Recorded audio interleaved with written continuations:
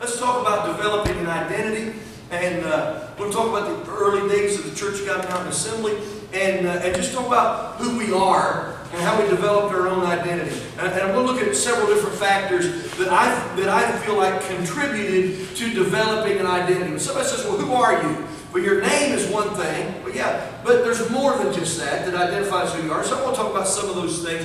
I want to start with first of all, talking about the founding fathers and just talk about the role of people in developing an identity. Who we are is about people. The church is not an institution. The church is people. And so, so if you're going to talk about who the Church of God Mountain Assembly is, and let's just say this. The greatest asset that the Church of God Mountain Assembly has is its people. It's the greatest thing we have to offer is family. It's not our great mission program you can get involved in. It's not our great youth campgrounds of it. The fellowship, the family, the camaraderie. That is the thing that cannot be matched anywhere else in any other organization. Hands down, everybody that leaves our organization, they always say the same thing. What I miss is the fellowship. We don't have the Bible college that some folks have, but what we do have is a fellowship, and so people is our greatest asset. That's where I want to start with. Look at the founding father and talk about the role of people in developing an identity. And just looking at the first assemblies, and I want to just talk about the first few assemblies, just throw out some dates, and we'll talk about some of the things that happened at those assemblies. Now, J.H. Bryant testified that after the Wolf Creek Church split, the remnant of that church formed the Holiness Baptist Church. Now, apparently, I think, and I don't know, but I think that became Sheep Creek. What's mentioned in the First Minute book as Sheep Creek, I think that's probably that congregation. And that church, and that in other churches, there were entire congregations. We know Little Wolf Creek and Zion Hill and Hayes Creek, they were all, Zion Hill and Wolf Creek were excluded from the South Union Baptist Association. I'm pretty sure that Hayes Creek was excluded from the West Union Baptist Association. These entire churches came out. In some occasions, local congregations were split, and a holiness group formed alongside of them. I know that the church at Ryan's Creek was a split off from what the Ryan's Creek Baptist Church. Ryan's Creek Church, when it first started, there was an old log house that they tore out the partitions, and that's where they met until they could build what is now the Jellicoe Creek Church. They're just a few miles up the road, and it's the oldest church building in the Church of God Mountain Assembly, still standing. So these congregations were already forming by as early as 1904. There were Holiness Baptist churches. Now, again, some of these churches, John Parks tried to let her in 1905. He was a Puritan in the sense that I'm going to stay in this organization. I'm going to purify it. I want to bring holiness to this Baptist association. I want the whole association to be Baptist. So in their mind, there was no separating they were embracing the Bible. They weren't creating a new denomination. They were just accepting the Bible and what God had in store for them. So I want to say this. They had been meeting together. These ministers had been meeting together for decades. They've been getting together in the association meeting every fall. It is very likely that those churches, that when John Parks couldn't let her in 1905, it's very possible, and when the other men were disfellowshipped that year, it's very possible that he got together with some of those like-minded men and said, let's have a meeting, let's have a revival, let's have a get-together of our own. It's very possible that they did that. It's very possible that in 1906, there was a meeting that took place that connected them, that was fellowship, that kept them in line. There is, however, no record of any organizational meeting that took place before August the 24th, 1907. And so that's where we're going to start. They may have had some kind of a quasi-associational meeting before that, or in 1906. But in August 24th, 1907, there was a group of these ministers, and we don't have all their names listed, but we know some of the men that were at that meeting that met at Ryan's Creek in that log house where the rooms had been torn out, and where the Ryan's Creek Church was meeting. There was a group of ministers that met. A.J. Silcox, served as the chairman of that meeting. J.T. Richardson served as its clerk. And at that meeting, they appointed 2 committees. One of those committees was a committee on articles of faith. A.J. Silcox, John Bryant, Stephen Bryant,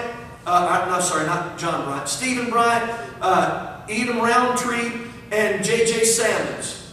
5 men put together an articles of a committee of faith. Get together, figure out what is our doctrine, so that when we meet, we're going to meet in an associational meeting in October. Bring something with you that we can present and say, this is going to be our covenant, this is our doctrine, this is what our faith statement. They also, at that meeting, created a committee on constitutional name. What are we going to call ourselves? That committee consisted of John Parks, Alan Moses, John Smitty, and James and Isaac Jones, 2 brothers. And so they're going to come and propose it. What are we going to call ourselves in an association?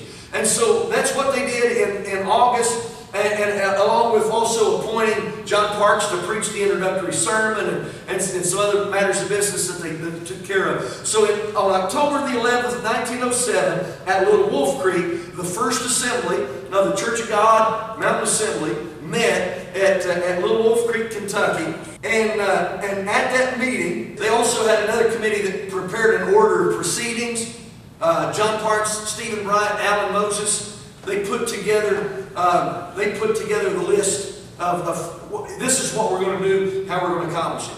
And October 11, 1907, after singing, they elected A.J. Silcox to be the moderator. They elected J.J. Sammons to be the assistant moderator. J.T. Richardson was elected to be the clerk, and J.C. Taylor was elected to be the assistant clerk. They put together a resolution committee that consisted of Melton Ross, Alan Moses again, and Kurt Walker. August the 24th, 1907, they met to organize, to lay out, to construct committees that would prepare them for when they come to the assembly. You know what I mean? So that, for example, when we have our assembly now, we've had a year. You know, a program committee has been working on that. We come up. We have finance reports that we're approved. We've got a year's worth of stuff. You know, that we think of the assembly in some ways as the end of the calendar year. I mean, you know, then we start all over again. Well, when you have your first assembly, you don't have a year's worth of stuff to, you know, you have to start from scratch. And so instead of starting on October 11th from scratch with all the delegates present, there were a group of men that got together and met and said, okay, this is what we're going to do, and we're going to come up with some articles of faith, and we're going to come up with a constitutional name, and you know, break. You know, and we broke the huddle, and we met again in October of 1907 at Little Wolf Creek. And so the Committee on Resolutions presented 6 resolutions. I'm not going to read them. I'm not going to read them tonight just for the sake of time. And because you can read, and they're in the minutes. So check your jump drive and read them. But they read the resolutions, also adopted the articles of faith, and they left the meeting with the intention of meeting again at Zion Hill the following September. We'll meet 1908 in Zion Hill. And the name that's used at the end of that meeting is, they called themselves the Holiness Union Association. Now the cover says Minutes of the Church of God, and so apparently there were 2 names that were given at first, and when Church of God became the standard over Holiness Union Association, we just don't know. There's just not primary source documentation to tell us. Now let me say, there are no printed minutes in 1908, 1909, and 1910. They printed a minute book the first year, but for some reason they did not print minutes the second, third, or fourth assembly. So there are 5 years in the history of the Mountain Assembly where there was no minute book printed. 1908, 1909, 1910, 1973, and 2003. All right, and we'll talk about the latter 2 later on. But no minutes for those years. So all we can do is really conjecture. Now, Luther in his history book says that that 1908 assembly took place at Siler's Chapel.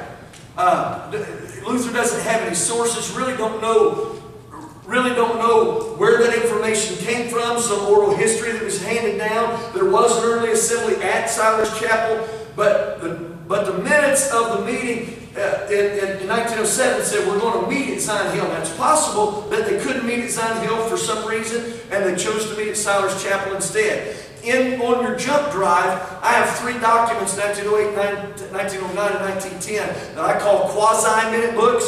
They're what a minute book might have looked like if one had been printed, one existed. Everything in there is conjecture, speculation, but sometimes the guesses are educated guesses. And so you can read what I've got actually inside the cover are just some tidbits, some facts, connecting the dots between 1907 and 1911. And so Luther again says that the meeting was held in 2009 at Siler's Chapel, and the meeting in 2010 in 1910 at Elk Valley, Tennessee. And so these are some of those, and then 1911 at Siler's Chapel. These are the first 5 assemblies, and 3 of them are probable locations. Don't know any of the details, records, churches that were involved, ministers that were involved. Sometime during that time frame, we made the transition from holiness into Pentecostal. By the time the 1911 minutes are printed, there are references to the baptism of the Holy Ghost. There are references to divine healing. There are references to speaking in other tongues. So sometime in those years. Now, what I do know is that in 1909, Jonas Shelton received the baptism of the Holy Ghost and spoke with other tongues. So at least somebody that was associated with the Church of God Mountain Assembly had embraced Pentecostalism as early as 1909. When that happened, we really just don't know when we transitioned from holiness to Pentecostal. But by 1911, we were fully Pentecostal. We're talking about people. The first assembly is important, and the events and things are important, but let's talk about people and these founding members. Let's look at 10 churches. 10 churches at this first meeting. We mentioned the Little Wolf Creek Church. This church was one of the churches that was excluded from the South Union Baptist Association. Little Wolf Creek Church is still in existence today. Today it's a part of the Church of God, the original Mountain Assembly, has been since 1946. We'll talk more about that in a few more sessions. The Zion Hill Church is one of the churches that was excluded by the South Union Baptist Association in 1904. In 1916, they became a part of the Church of God General Assembly that we're going to talk about before we leave here. The Hayes Creek Church, I believe, was part of the West Union Association, and by 1916, they became part of the General Assembly. The Lower Elk Valley Church is another one of those original churches. Lower Elk Valley Church is going to make the transition from up past Indian Mountain State Park. If you're going toward the park, turn left. Up that Lower Elk Valley is Upper Elk Valley. Of course, is what we call Elk Valley, but that region down there by the park is what was called Lower Elk Valley. 1922, that church transitioned from there over to the Tabernacle, and then later on built on Main Street, and now they're back at the Tabernacle. That's the Jellicoe Church. So when you see references to the Lower Elk Valley Church in those first 15-minute books, you're talking about the Jellicoe Church. And I believe that the Lower Elk Valley Church was a remnant, or was the Good Hope Baptist Church that was excluded in 1906 from the South Union Baptist Association. Patterson Creek, again, it's one of those splits, one of those holiness splits from the Baptist Church. Patterson Creek went with the original Mountain Assembly in 1946. Pleasant View, Kentucky. Again, another one of those splits. It's where it came from. And I'm not really sure what happened to them, but I got to go back and I got to do some digging into their pastor and where he ended up. But by 1921, they're not listed in the minute book anymore, and I think that they went they went into the Church of God, became part of the Church of God in Cleveland. Ryan's Creek, talked about that long house where the building was set in order that split off from the old Ryan's Creek Baptist Church. They moved a few miles up the road, built what at the time was an impressive church building at Jellicoe Creek. That church is still standing, and I'm not sure who's pastoring today at Jellicoe Creek, but the church is still in operation, still continuing to worship at Jellicoe Creek. Ryan's Church became Jellicoe Creek. Sheep Creek is another one of those splits. And in 1921, for reasons that the minutes don't go into, E.J. Roundtree was disfellowshipped with the Church of God Mountain Assembly. And so the church that he was pastoring at Sheep Creek at the time, they're no longer with us. In Saxton, Kentucky is another one of those original churches. 1946, they went with the original Mountain Assembly. And up until just a few years ago, they were still having church at Saxton. The other church is the Woldridge, Tennessee Church. And I don't know where it came from. I just know, again, in 1921, it's not listed. I think that it went into the Church of God. We'll talk at some point about why I think that in the 20s we had some churches and ministers that left, and so that may be part of it. 10 churches at that first assembly. There were 7 pastors. 3 different guys pastored 2 different churches. I'll get that out in a minute. Who are these pastors? Thomas DeBerry Moses was pastoring the church at Little Wolf Creek. James Jackson Sammons is pastoring the church at Saxton. John Hansford Parks is pastoring the church at Pleasant View, and also the church of Zion Hill. They're not too far away from each other. Stephen Nathan Bryant is pastoring the church at Patterson Creek. Aaron Thomas is pastoring the church at Ryan's Creek. Newton K. Parks, John's brother, is pastoring at Hayes Creek. John P. Smitty is pastoring the church at Lower Elk Valley and also the church at Woldridge. And Sheep Creek has been pastored by Edom John Roundtree, E.J. Roundtree. These are the 7 pastors, original pastors, Church of God Mountain Assembly. There are 51 delegates.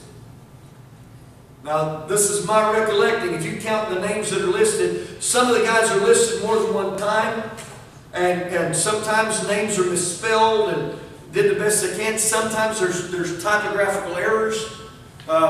There's a T.M. Thomas that's listed. I can't find anybody at all, any relation to that, anybody living in that area at that time period, any Thomas whose first name starts with the letter T. I can't find any. There's a strong possibility that he is also, that it's J.M. Thomas who's listed in another place, Josiah Martin Thomas, that it's the same guy and it's a typo. It's something we're trying to reconcile. I think that I have positively identified 49 of the 51, and I'm pretty sure who the other 2 are. But again, you're doing the work. You're doing the work of detective in a lot of cases. There are 51 delegates. At least 18 of them are ministers. Now, not all of them are ministers, but at least 18 of them are ministers. If you read the list of names, then you also notice something peculiar about 2 of them. 2 of them are women. Rachel Broyles Hackler is the wife of Aaron Hackler. The minute book just says Aaron Hackler and wife. And the other one is Mrs. Maggie Swaney. Maggie Reinhardt Swaney. Don't know much at all about her background. I know that 13 years after that first assembly, she became Mrs. John Smitty. She married her pastor, who was at the time a widower. She was a widow, and so she's no longer Mrs. Maggie Swaney by 1920, but is married to the pastor. 2 women at those delegates. Most of them were farmers. And a lot of them, in addition to also living on a farm, that's the way the census describes it, calls them farmers, even if they had other jobs. Many of them were miners, coal miners. And the reason that sometimes they're listed as members of one church and 2 or 3 years later they're listed, sometimes you move coal mines, moved around, they was paying 10 cents more an hour or what have you. You moved your family around from one coal camp to the next, and And so there were a lot of miners. There's at least one Civil War soldier, John Griffiths, and there may be two. The average age of the 51 delegates present at the First Assembly is 43. The oldest is 68, Thomas Paul Higginbotham. And the youngest is John Harrison Bryant, who would turn 19 years old the second day of the assembly. So ranging from 19 to 68, average age is 43. And so many that I could talk for an hour, talk about all of them, and connect them.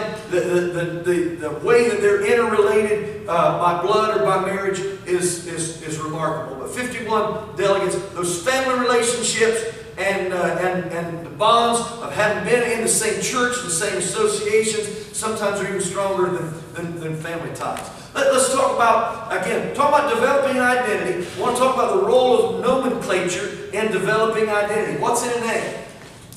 Nomenclature is the study of names and how those names develop. So let's talk about the evolution of a name. I mentioned that there is a reference to the Holiness Union Association in 1907 in our in that first minute book. It's called the Holiness Union Association, and also almost simultaneously, the title is the Minutes of the Churches of God.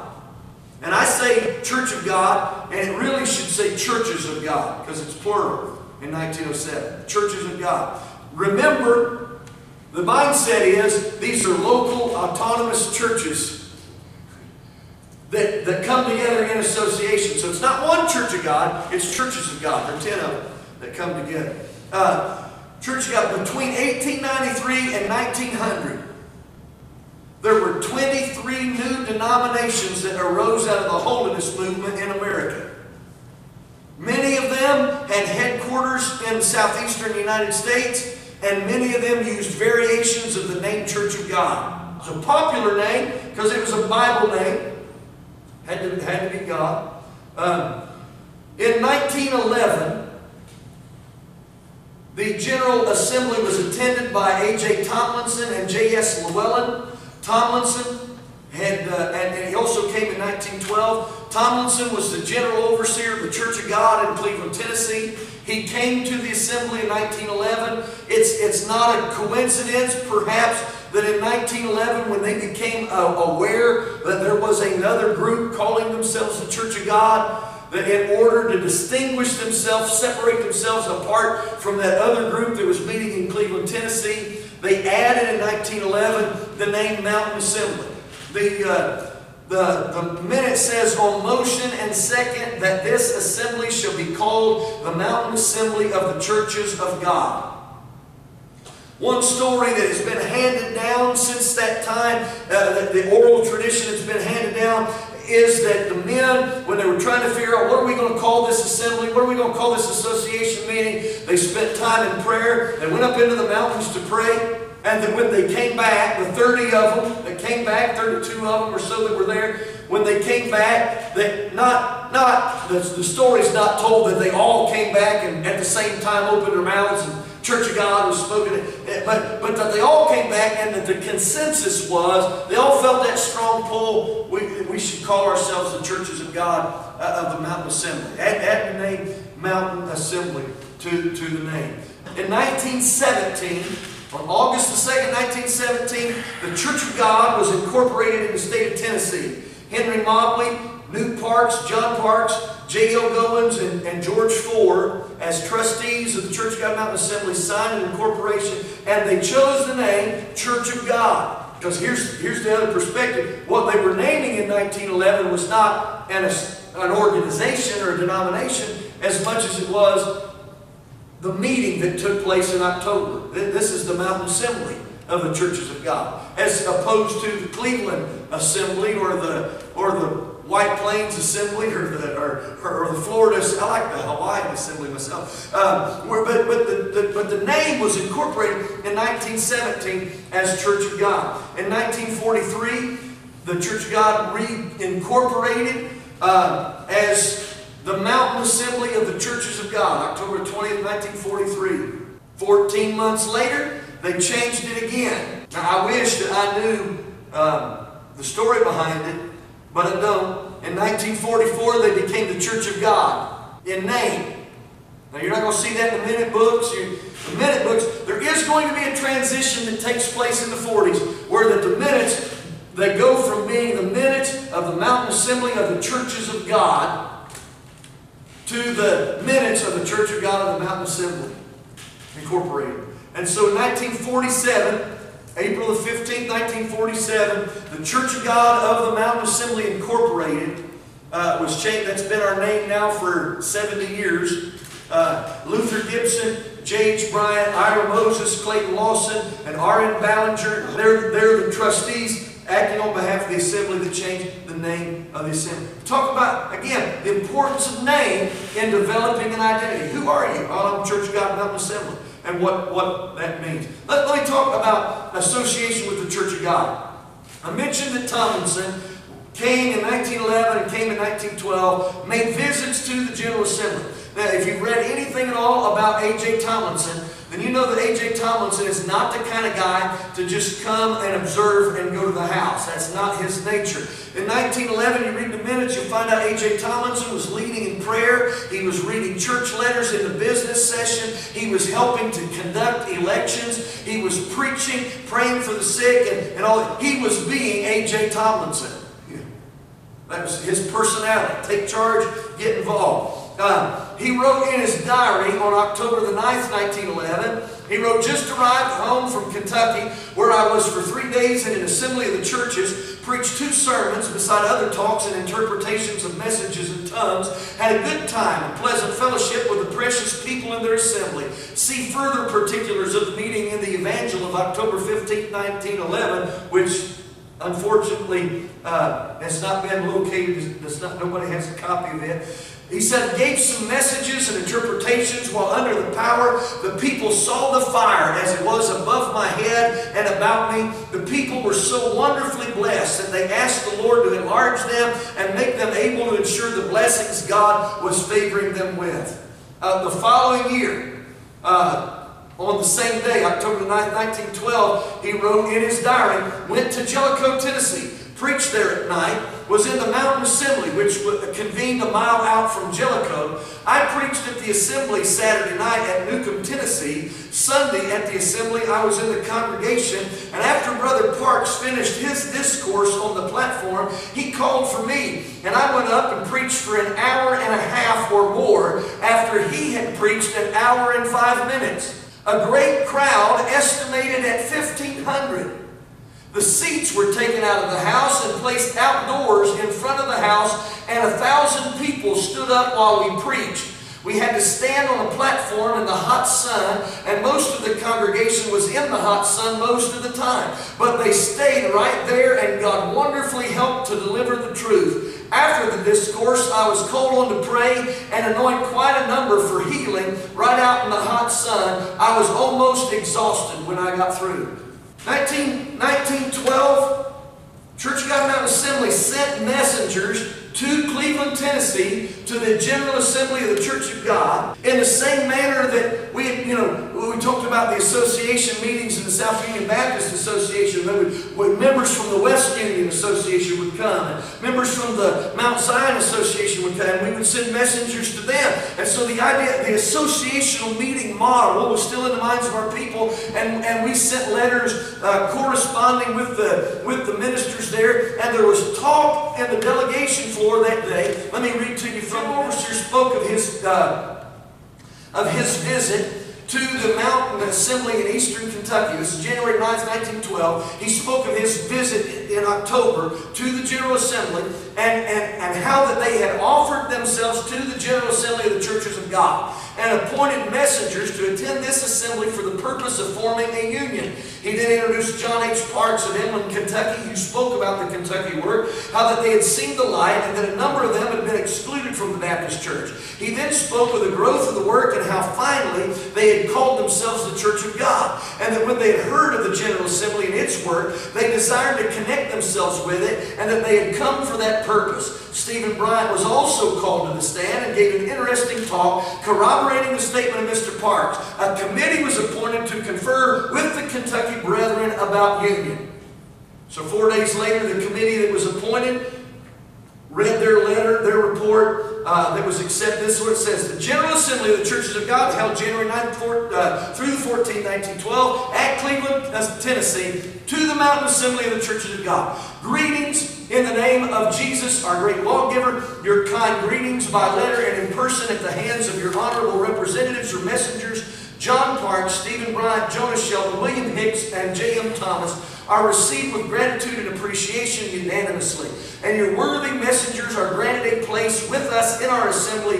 In spirit they are received at once. In conference, we, the General Assembly of the Churches of God, have arranged as a basis of union the following to it. First, that we receive your assembly as a whole. Second, that we receive those of your ministers and deacons in their respective positions who are free from the use of tobacco and have the experience of the baptism with the Holy Ghost evidenced by speaking in other tongues as the Spirit gave utterance, and but one living wife. That your ministers receive credentials from the Church of God. You may continue to have your assembly, but recognize the General Assembly as supreme. Recognize the state overseers for the Kentucky and Tennessee Assembly, as they will be able to assist you in whatever needs you may have. Now, Charles W. Kahn, one of the first historians for the Church of God, writes in his book, Like a Mighty Army, and he mentions this very briefly in passing, and in footnote he says, this failed when the Mountain Assembly declined the proposition set forth by the Church of God. And so we see that there was at least an attempt early on with the Church of God Mountain Assembly to participate with, to join into, and to form a union with the Church of God in Cleveland, Tennessee. But we know that it did not happen. Now, I want to say this. It didn't end there. Because in 1914, at our assembly, we one more time had a resolution that we send a letter of correspondence to the Cleveland Assembly and send it by the hands of some of our brethren, asking them to receive our letter and our messengers, and sent again another group of men. Now, question is, what happened? Why didn't this merge take place? Now, in my book, my first book, I present, talk about this, and I present two theories of why it didn't happen. And I'm going to offer them to you tonight. One of them has been revised a little bit, and then I'm going to add to it two more. So here they are, reasons why this merger with the Church of God never took place. First of all, and there are theories, and I think probably the truth is, if you take all four of the theories and combine them together, you probably come up with a reason. So it's probably a little bit of all of them. Number one is an incompatible ecclesiology. And with it, differing expectations. That is, when I read what Charles Kahn says in his footnote, when it looks like on the surface that what happened was that the Church of God in Cleveland said, these are the conditions under which we will consider a merger with you, sent them back to the General Assembly and in Jellicoe, Tennessee, or Saxton, or wherever they were meeting that particular year, that they decided, you know what, that is not what we had in mind. And so different expectations, and with it, differing ecclesiologies. Now, I've talked about, I mentioned in the first session tonight, session number 3, I mentioned the fact that if you don't understand anything else during the course of this class, you have to understand this concept. That the concept of local church autonomy was ingrained in the Baptist roots of our men. Every church has the right to speak for itself in all matters. So the condition, now let me stop just a second and say that the ecclesiology of the Church of God in Cleveland is altogether different. That is not the mentality of the Church of God. In the Church of God, when you join the Church of God, you join the Church of God with headquarters in Cleveland, Tennessee. You are a part of the organization and have access to the General Assembly when it comes time to convene in regular business session. You are a part of that bigger body. A.J. Tomlinson's vision for the church, his understanding of ecclesiology, was on that Roman Catholic model of the hierarchy of bishops and overseers, and in the same way that in the Catholic Church, we call them districts and district overseers, and Tomlinson, in his vision of the church, was that for all intents and purposes, he was the Pope of the true church, the church of God, and that there were overseers that were under him, and those local churches. That in the church of God, the ecclesiology of the church of God is such that overseers have the power to appoint pastors, and sometimes you hear all kinds of horror stories from local churches in our area, especially about overseers coming in and removing pastors, putting other guys in, and stuff like that. That mentality never existed in the Mountain Assembly. And so part of the reason that merger could not, one of the conditions was, we receive your assembly as a whole. Well, here's 5 men that went to Cleveland, Tennessee. They might have represented 5 churches, but they didn't represent all 12 or 13. I can't speak. Some of those men said, I can't even speak for the church I pastor. That I'm just going to accept I've got to let my church vote on this. And they certainly couldn't. They certainly couldn't speak for a church on the other side of the county to which they had no connection whatsoever. And so part of it was just a difference in ecclesiology from the very beginning that complicated things. Now, Tomlinson, apparently in the 1930s, there was a rumor that persisted that at one time John Parks and Stephen Bryant had given the Mountain Assembly over to the Church of God. And so Parks wrote a letter to A.J. Tomlinson asking just, for if he could shed some light to help quell this rumor. And it's actually printed in our 1934 minute book. But Tomlinson wrote him back and said, I just read your letter and I'm giving attention to the matter. I'm still not able to find where these minutes say that Brother Bryant and yourself delivered the Mountain Assembly over to the Cleveland General Assembly. I admit that the names of John Parks, Stephen Bryant, Jonas Sheldon, William Hicks, and J.M. Thomas are given, but I remember very well that yourself and Brother Bryant did leave, and we only acted by what the other 3 brethren said.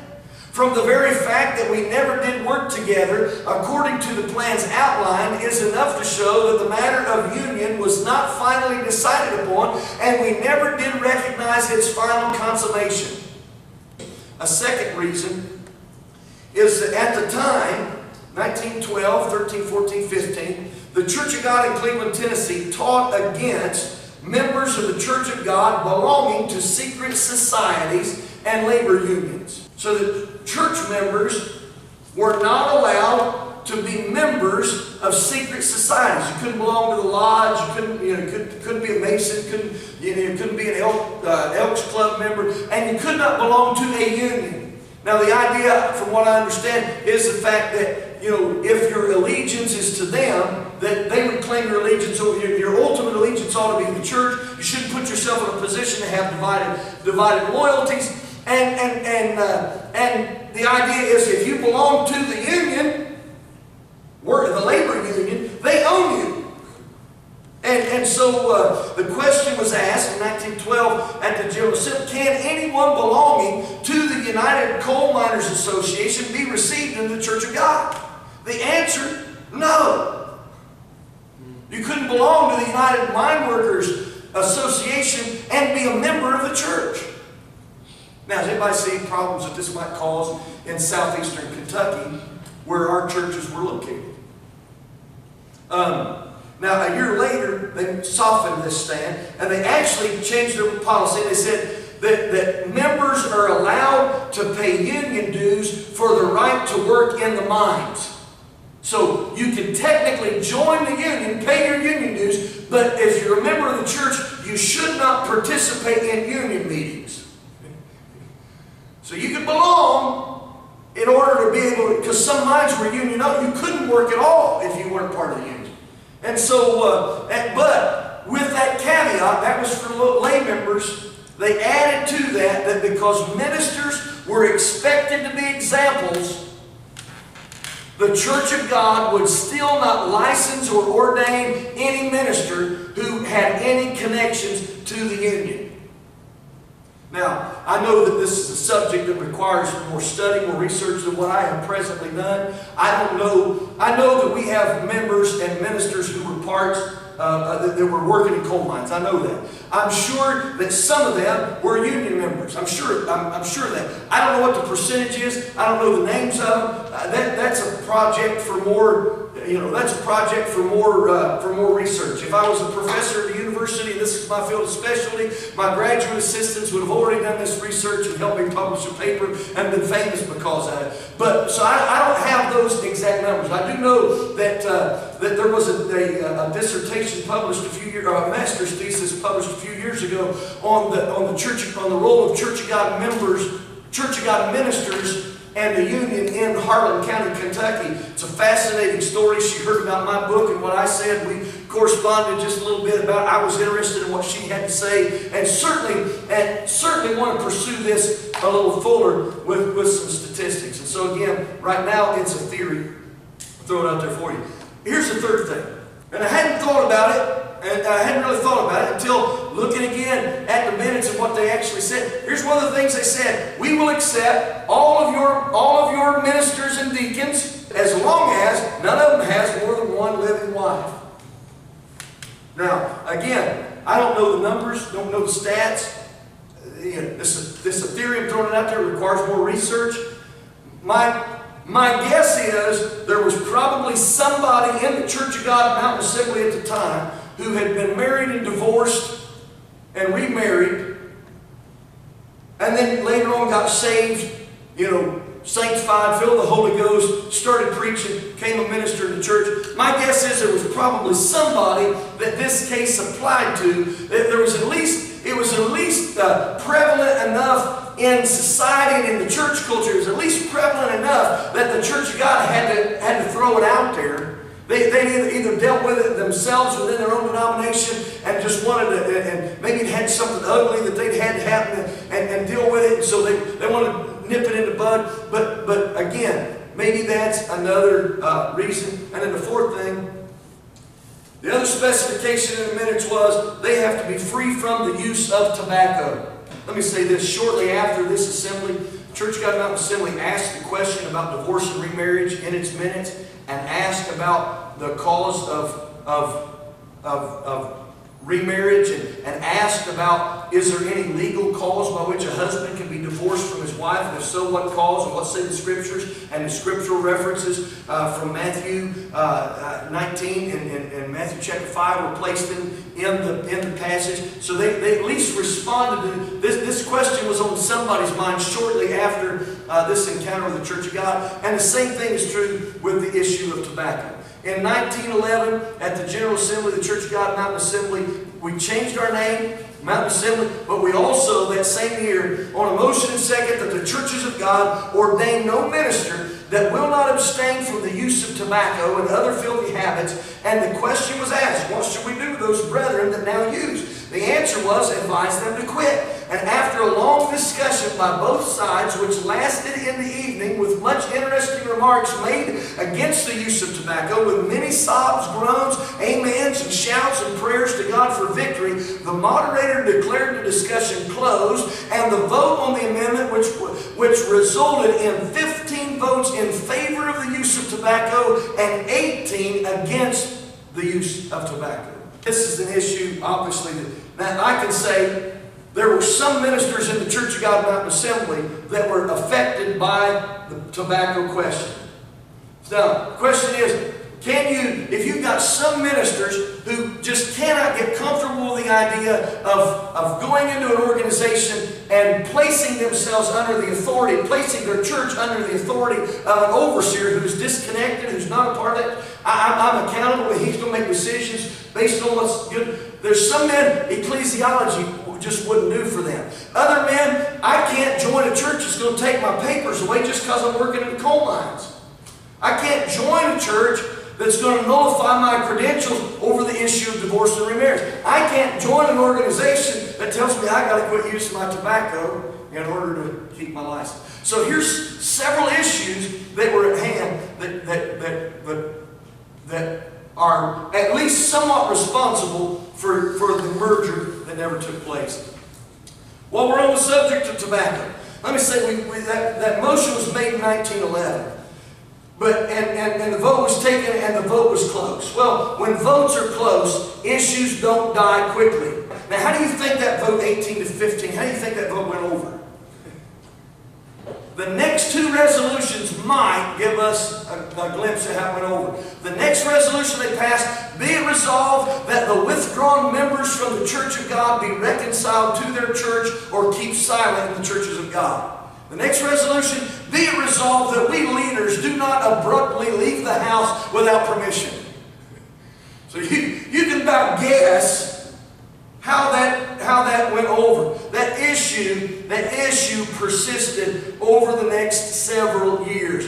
In 1913, they adopted a resolution that said, be it resolved that it be a debar of fellowship for the ministers of the Church of God to advocate the use of tobacco in any way. Furthermore, be it resolved that preachers or any members of the churches that use tobacco then claim that the Lord took the taste away, or that He spoke some way and told them to quit its use and then go back to using it again, that their church compare charges against such members.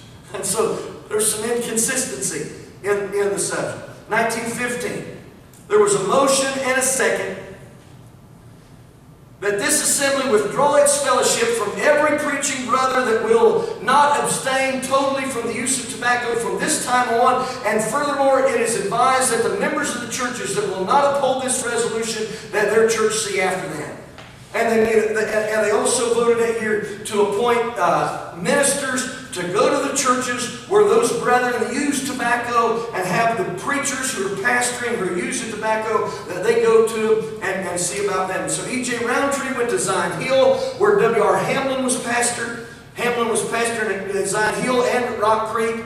And Kurt Walker and Lewis Broyles were sent to Hayes Creek, where E.L. Lovett was pastor. And the council of the assembly was rejected. And so in 1918, it was moved and approved by the assembly that we exclude from the assembly the following churches: Zion Hill, Hayes Creek, and Rock Creek, for refusing to accept the counsel of this assembly, and we hereby notify them not to use the date of our organization, which was August 24th, 1907, nor the name of our assembly, nor the time of our annual meeting, which is the first Friday after and Saturday in October each year.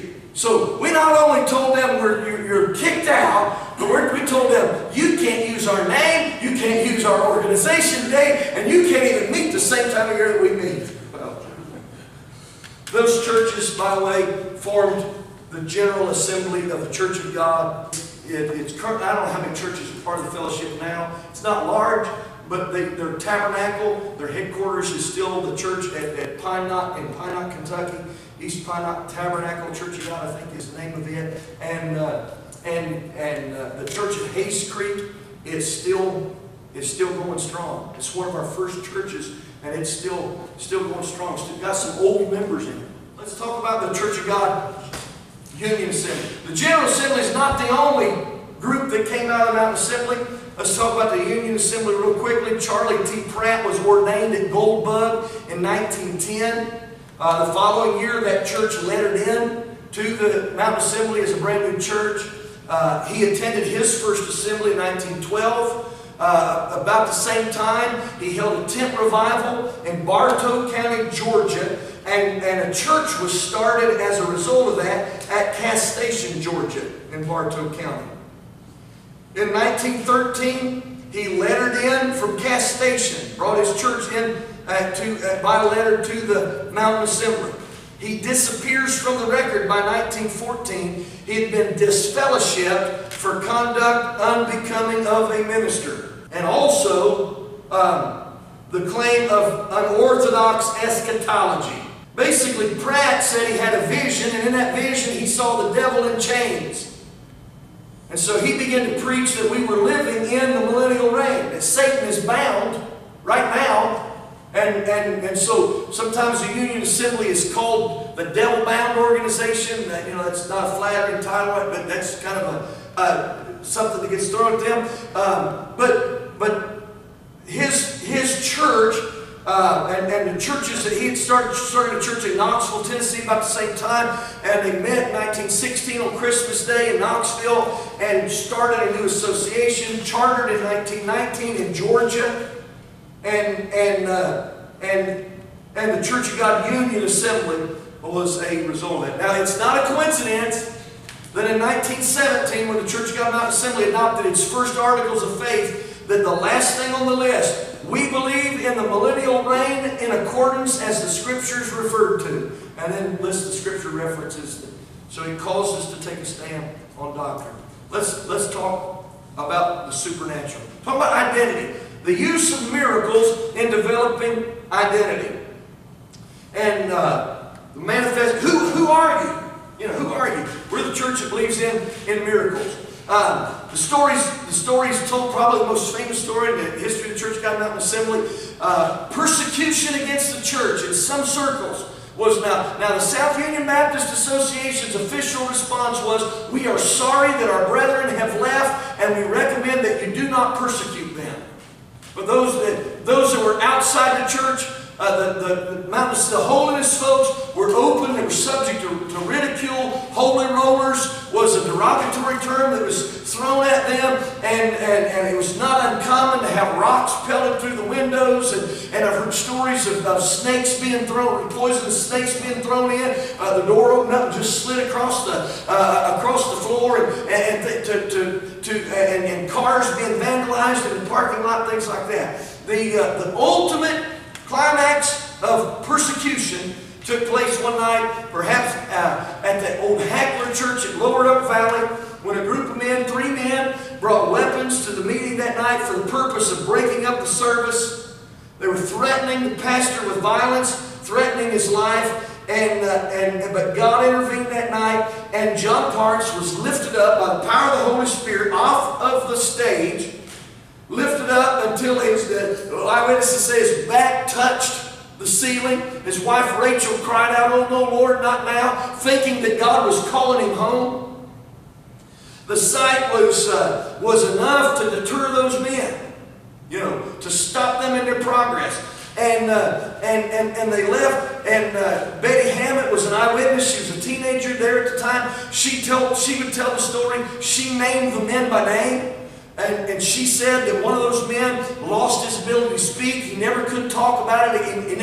It so affected him, he never could talk again. Another man lost his mind, went insane, and a third man killed himself. It made an impact on those that were there. People would testify of that story for some time. For some time after that, Daniel Moses was there at the meeting, sitting on the stage. When John Parks was lifted up, I said Daniel Moses. Those that went to church with him in Jellicoe would have called him Daniel. Daniel Moses would testify about it, and he would talk about how that he would tell that story with such passion. And he would sit up there and he said, and when he came down, he put his hand on my shoulder. Johnny Douglas said, you'd have thought Jesus Christ touched that man. I mean, the Lord himself was it. But that was the reverence that they had for him and the respect for the moment. John Parks couldn't talk about it. He told me for years after that experience, he couldn't talk. He said, anytime I talk about it or think about it, he said, I feel myself being pulled. Divine healings were prevalent. 1913, the question was asked about the gift of healing and the use of oil. The answer was given that yes, we're to pray for the sick, anointing them in the name of the Lord. And there were many diverse healings that took place. One of the early healings was that of S.M. Bryant's wife, Mary Davenport Bryant, had been sick for so long that she didn't have the strength to turn herself in the bed. And one day, 3 different doctors examined her and told Stephen Bryant, said, you're just wasting your time and money on doctors. He said that your wife has just 3 or 4 days to live at the very most. Sister Bryant refused to take her medicine that evening, and they called the church together. Some of the church people came together that night. They ate supper, they sang songs, and they prayed. They laid hands on Sister Bryant, prayed for healing, and she raised herself up from the bed that night and said, I'm healed. She got dressed and ate a good supper, and the doctors came in the next morning. They knew that something had happened, something supernatural had taken place. At 1915 assembly at Jellicoe Creek, Sister Shelton from Black Mountain, North Carolina, was sick with pellagra. She sent a pair of gloves to the assembly to be anointed and prayed over, and then they were mailed to her. When she put those gloves on her hands, she was healed immediately. October the 4th, 1919, at Elk Valley, Sister Rosa Enix had been deaf for some time, and she was healed instantly and could hear from as well as anyone. At the 1928 assembly, John Meeks, who had been a messenger from the Lower Elk Valley Church 12 years earlier, was in the asylum. Had lost his mind, but prayer was offered for him at the assembly, and God delivered him and brought him out. James, did you ever hear him testify? Sure. Tell his story. Amen. He was a deacon at the Fondue Church after that, and then at Middlesboro. For many years after that, God delivered him and set him free. Just so many of those examples of a manifestation of God's power. And it may be one of the greatest examples of healing in God's power wasn't so much a healing as it was of protection. That in those years shortly after World War I, when all our soldiers were coming back from these foreign places where they'd never been before, they brought back all kinds of sickness and disease. And at the close of World War I, the great pandemic of influenza swept across the United States and virtually the world. And during that flu of 1918 and 19, over 500,000 people died in the United States. During the third week of October 1918, 4,600 people died in the city of Philadelphia alone. In all, between 21 and 22 million people died in the world. And in those days, the assembly, they would send their obituaries in to be printed in the assembly, and there was not one report of anybody that died of a flu-related death in the Church of God Mountain Assembly. God kept His hand of protection on His people, defined by the supernatural. Statements of faith. Let's talk about the role of doctrine in developing identity. 1907, the first articles of, I mentioned the committee just a little bit ago, the first articles of faith of the Church of God Mountain Assembly were adopted by the organization. Six of them. Let me just throw, I'm not going to read them all. Let me just throw the principles at you. One was sola scriptura. We talked about that. Martin Luther and Reformation. It's all about the fact that it's the Bible. The Bible is our foundation. The second was about regeneration by repentance and faith. It takes repentance and faith in order to be saved. The third was baptism by immersion in the Trinitarian formula. The fourth was on the doctrine of entire sanctification. The fifth was on apostasy. Teach the possibility of final apostasy of even the saints. And the sixth was on the doctrine of open communion. We believe all regenerated persons should be admitted to the Lord's table, and that people should examine themselves and so eat and drink. In 1913, the first teachings of the Church of God Mountain Assembly are presented. 1917, there was another. Those articles of faith that appeared in 1907, they don't show up again. They're not printed every year. In 1917, we printed a list of articles of faith. We adopted another set of articles of faith. There's 10 of them this time, a little longer, a little more in depth. They're going to be built upon. By 1920, we have teachings that are listed, and from 1920 until the present time, the teachings of the Church of God Mountain Assembly have been printed. The standard teachings of the Church of God Mountain Assembly have been printed in our minute book. They've been modified from time to time since then. Been some changes. The Declaration of Faith is printed now annually in our bylaws since the year 2000. And so these doctrinal statements of teachings and articles of faith, they serve as an example of who we are, helping to define us, defined by our doctrine. And then the last subject is a permanent home. And look at the role of geography in developing an identity.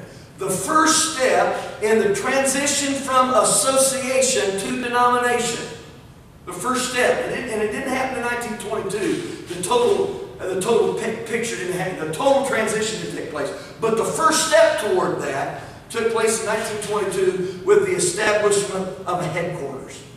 And so I want to talk about from tabernacle to temple. And when I'm using those terms in the Old Testament sense, a tabernacle as a tent where the meeting is moved from place to place, and temple as a permanent location for God's dwelling. But the first 15 assemblies moved around from Little Wolf Creek to Hayes Creek to Siler's Chapel to Elk Valley to Siler's Chapel, Lower Elk Valley, Saxton, Elk Valley, Jellicoe Creek, Lower Elk Valley, Emlyn, Lower Elk Valley, and Lower Elk Valley. Now, you can tell there was a trend that was taking place. The first 14 assemblies are at 18 different locations. 5 of those 8 locations are Lower Elk Valley. Half of the assemblies were held at Lower Elk Valley. And so it was looking more and more like this is the direction that we're going to go. However, in 1920, at an elders meeting, on October the 29th, 1920, just a few weeks after the General Assembly, the elders were asked to get together and to discuss this subject about having a permanent meeting place. And the elder board, the house was called to order by John Parks, chairman of the elder board, and it was moved to buy a parcel of land on a certain lot in the city of Williamsburg, Kentucky, on which to build a house for the Mountain Assembly. And at that meeting, they appointed trustees to handle the property, and they appointed a building committee for the purpose of constructing a tabernacle, a meeting house in Williamsburg, Kentucky. In 1921, they came to the General Assembly, and it was in Lower Elk Valley. The plans to buy the property fell through, and they weren't able to do it. And so in 1921, the motion was made, the reference was made that last year we had a good time at the assembly, God blessed, and we had a great time, but we didn't have room for everybody that needed to be there. And so we have decided to build a tabernacle for next year, and the lot is now bought in the city of Jellicoe and staked off and ready to build. We've got a fine lot, it's in town, so all we need now is money. And so the call went out to send your money in so that we can get this building built before the next General Assembly. And so in 1922, the assembly was held in Jellicoe on Florence Avenue, close to where the tabernacle on that property, on property that's owned by the Mountain Assembly now. That first tabernacle was built in 1922. The building was massive by the day's standards. It had a balcony that wrapped all the way around the top of it. You could get up the upstairs and go all the way around the top. Earl Pruitt talked about being a kid and getting loose from his mom and dad and going up there and you could stand up over the top of the preacher. He said, I remember watching John Parks with his magnifying glass, reading his Bible, and preaching, and the crowd being stirred, watching that as just a little boy. And so that's the image. Now there's some pictures of it in Luther's history book. There's some pictures of that of the first tabernacle built in 1922. That year, the building was turned over to the Lower Elk Valley Church. And they moved from the Hackler Church, the old church building up near where the cemetery is at now, and moved over to Florence Avenue and took over the tabernacle and moved their congregation into it. Now, every year at the end of the assembly, they would vote on where we're going to have the assembly at next year. Next year we're going to have it at Saxton. Next year we're going to have it at Emlyn. Next year we're going to have it at Lower Elk Valley. Next year we're going to come back to Lower Elk Valley. Next year we're going to come back to Lower Elk Valley. In 1922, when they built that tabernacle, they stopped voting every year on where they were going to have the assembly. Until 1949. And in 1949, they said, let's start having the assembly in different places. They voted, they passed the measure, we're going to have the assembly in different places. They said, let's have the assembly next year in Cincinnati. And so they had the assembly in Cincinnati in 1950, and at the end of the assembly, they said, let's have the assembly next year in Jellicoe. And at the end of that assembly, they said, let's have the assembly next year in Jellicoe. And at the end of that assembly, they said, let's have the assembly next year in Jellicoe. And so they voted every year to have it in Jellicoe until in the 1960s, they bought the adjoining piece of property that was owned by the Jellicoe school system, where the old Jellicoe High School was, or the old Jellicoe Middle School. They bought the adjoining property, and they said, let's build a bigger tabernacle. This was the third tabernacle on the property. They built this. We'll talk about this second later on. But the idea was they didn't have to vote anymore once they knew where home was. And so, home is there. And since that time, Jellicoe has been defined by the Church of God Mountain Assembly. And maybe in some ways, the Church of God Mountain Assembly has been somewhat identified or defined by Jellicoe. You lose that sense of home. And I've said tonight that home has played a part in developing identity. And I think all of us, wherever it is we call home, there's a sense of who we are that's a product of the home we were raised in, that home of my childhood or my hometown or the school that I went to or what. I think that there is that sense of our identity being tied to the historical connections that are there. And so I think the organization experiences that as well. And there's a disconnect from the history. There's no history, for example, in Pigeon Forge, in a conference room. I've never been a fan of the conference room. It's not an atmosphere that's conducive to worship most of the time. It's not like being in a church building. And so because of that, I think there's something that's missing. It's hard to, that maybe there's ways to replace it or substitute for it. But I never going to Jellicoe. I mean, never making a trip. And we were there for the revival that they had a few months ago or what have you, and I had the mission booklets that I had printed for Brother Walden, and I carried them over to the office. That's the first time I've been in the office in a while, and I had a few guys with me that night that had never been inside the headquarters office building. That, it's like, come on guys, let's go over there. They'd never been inside the building. And, the pictures that are on the wall and, there's a lot of history that's there. And, to be disassociated with it, I think you lose some of your identity because, there's a story that's there. The monument, the deceased minister's memorial, there's nothing. And I honestly, we update that annually and add the new names of the men who have died. But when they do that, nobody ever knows. I mean, you go there from year to year and see, well, that name wasn't there last time I saw it or whatever. There ought to at least be a memorial service. Something, when those names are put on there just a few days later, some of us get together and, just stand around the monument. If we don't, and maybe there's only a handful of people that would come, but to do something that connects us again with Jellicoe, I think is important historically. Even if you never attended an assembly in Jellicoe, there's something there to be learned by being there. The tabernacle's altogether different. It's a whole different configuration. What they've done to remodel it, it's not the same. But at the same time, it's the place.